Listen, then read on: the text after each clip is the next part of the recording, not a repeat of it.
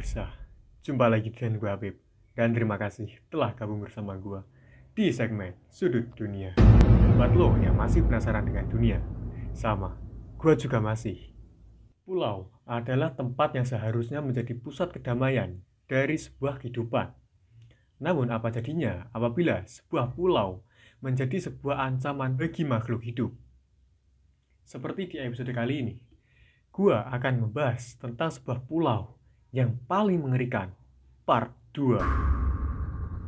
Oke, sebelum masuk ke cerita, jangan lupa dukung terus karya gue dengan cara like, comment, share, dan subscribe yang sebanyak-banyaknya, agar gue lebih semangat lanjut kontennya.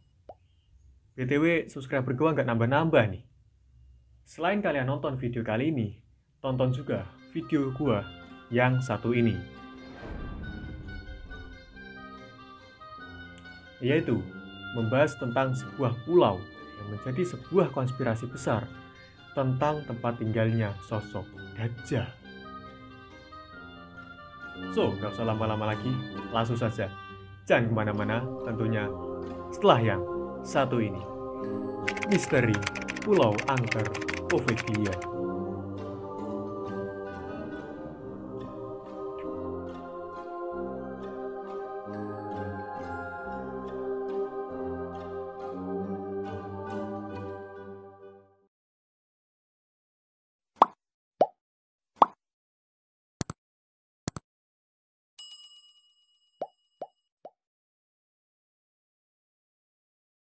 Poveglia adalah sebuah pulau yang terletak di antara Venezia dan Lido di Italia Utara. Pulau ini digunakan sebagai stasiun karantina bagi mereka yang menderita wabah dan penyakit lainnya, termasuk dibangunnya rumah sakit jiwa. Rumah sakit tersebut akhirnya ditutup pada tahun 1968 dan Poveglia dinyatakan sebagai pulau kosong sejak saat itu. Karena sejarahnya, pulau ini sering ditampilkan di acara paranormal. Para paranormal dan masyarakat luas percaya bahwa Poveglia adalah salah satu pulau paling berhantu di dunia. Dan pertanyaannya, mengapa Poveglia menjadi pulau angker?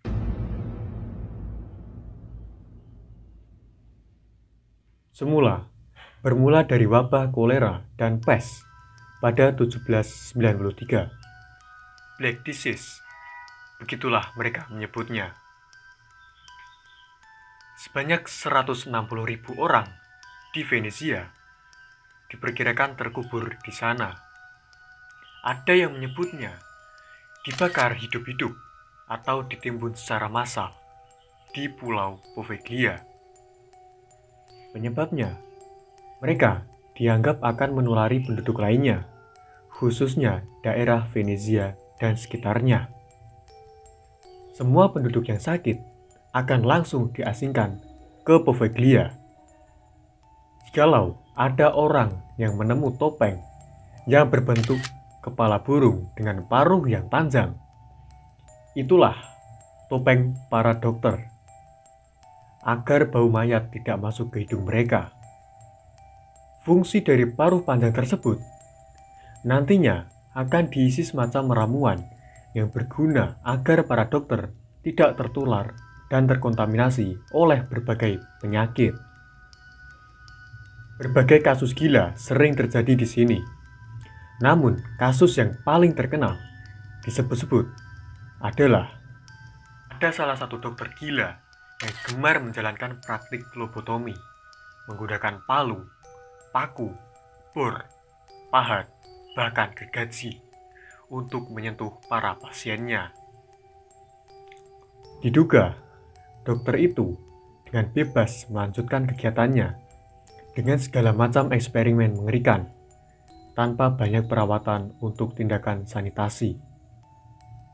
Kisah yang paling gempar yaitu di mana seorang pasien yang harus digergaji kepalanya, dipahat kepalanya hingga menembus otak, dibedah secara sadis, yang katanya untuk mengetahui kondisi mental para pasien yang sakit jiwa dan merupakan bagian dari praktik pengobatan menuju kesehatan. Bagi mereka yang menolak, akan langsung dilempar dari menara rumah sakit, dan tidak sedikit dari mereka dinyatakan tewas.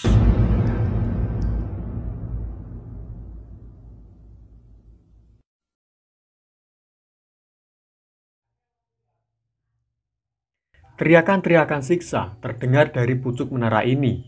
Menara yang memiliki lonceng besar, bila mana berbunyi, bisa terdengar sampai luar pulau. Dan lonceng itulah yang menjadi saksi bisu di balik pembantaian ini. Berbagai eksperimen dilakukan oleh dokter gila tersebut. Namun, tidak disangka, dokter tersebut dikabarkan meninggal juga dari menara lonceng ini. Salah satu versi cerita mengklaim bahwa dokter tersebut lompat dari menara untuk bunuh diri. Cerita lain menyebut dia kerap melihat penampakan hantu, bayangan, wujud yang menyeramkan, dan ia dikatakan didorong dari atas menara oleh entitas dunia lain. Kisah ini disaksikan oleh seorang perawat yang hendak menjenguk pasien. Perawat itu secara tidak sengaja menyaksikan dokter itu jatuh dari atas menara, yang juga bersumpah bahwa ia melihat dokter tersebut masih hidup selama beberapa detik, hingga sebuah asap misterius mendekatinya dan mengambil nafas terakhirnya. Ya, akhirnya, pada 1968, rumah sakit ini resmi ditutup. Setelah penutupan itu, pemerintah Italia mencoba melelang pulau ini. Beberapa investor menawarkan proyek pariwisata dengan hotel berbintang. Investor lain menawarkan pendirian sebuah panti jompo. Namun hingga hari ini, rencana proyek tersebut selalu terkendala dan tidak pernah terwujud. Karena kan, Poveglia memiliki sejarah kelam, misteri yang besar, dan dibayangi kisah yang menyeramkan. Puluhan tahun berselang, warga setempat yang tinggal berdekatan dengan Pulau Poveglia mengaku sering mendengar suara lonceng dari arah pulau tersebut. Padahal, Poveglia jelas-jelas sudah tidak memiliki penduduk yang tinggal di sana. Dan bahkan lagi, lonceng yang berada di menara rumah sakit sudah lama dimusnahkan. Aneh nih. Konon, banyak orang yang mengalami pengalaman gaib dan menyeramkan ketika berkunjung di tempat tersebut. Katanya, dulu sempat ada beberapa orang yang dikirim untuk tinggal di sana. Namun keesokan harinya, mereka langsung kembali karena tidak tahan dengan suara ceritanya kerap terdengar setiap malam. Ada pula yang mengaku melihat penampakan sosok yang bersimpah darah, sosok tanpa kepala, sosok hitam besar, asap misterius, dan suara jeritan minta tolong. Dari itu, pemerintah melarang bagi masyarakat untuk melaksanakan tur umum menuju Poveglia, kecuali dengan izin yang sangat panjang. Hingga sekarang, Poveglia masih menjadi pulau yang kosong dan masih menyimpan aura mistis hingga sekarang.